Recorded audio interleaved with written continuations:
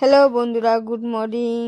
সকাল সকাল দেখো আমার বাড়িতে কি মাছ এসে পড়েছে। তো ফলি মাছ এসে পড়েছে। তো ফলি মাছ তো আমি কুটতে পারি না, কিন্তু দারুণ আমি খেতে পারি, খুব মজা করে খাই।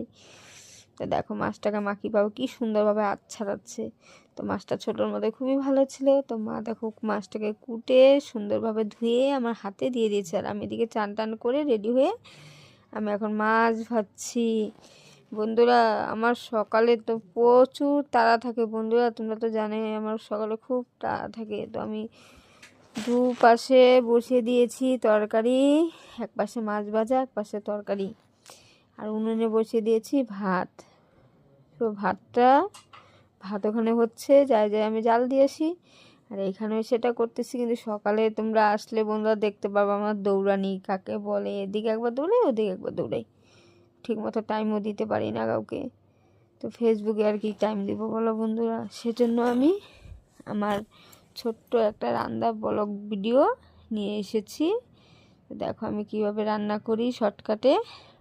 কি করব, আমার টাইম যেরকম ওরকম টাইমের উপরে রান্না, কারণ ভালো হোক বা না হোক সেটা আমার কোনো ম্যাটার না, কারণ আমার রান্না তো করতেই হবে, কারণ আমার খাবার নিয়ে যেতে হবে, বাড়িতে খাবে।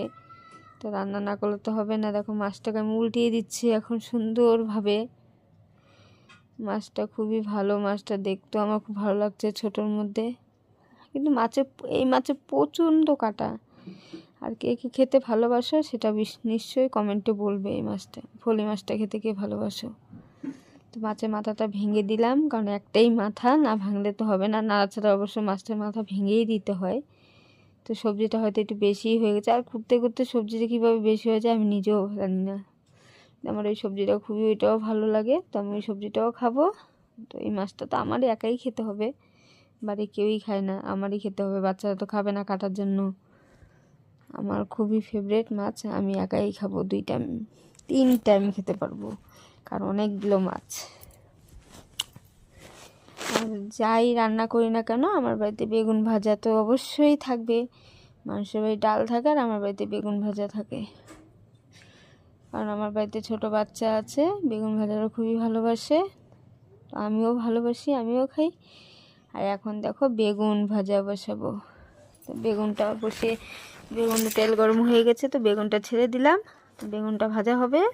তো দেখে মাছ ভাজা হয়ে গেছে, এখন বেগুন ভাজা হয়ে গেলেই সবজি বসিয়ে দেবো। তো সবজিটাও কীভাবে বসাই দেখবে বন্ধুরা। তো দেখো এখন আমি সরষের তেল দিয়ে দিলাম। সরষের তেলটা গরম হোক, তো বেশি গরম হোক বা না হোক আমার তো তাড়া না, আমার রান্না তো করতেই হবে, রান্না না করলে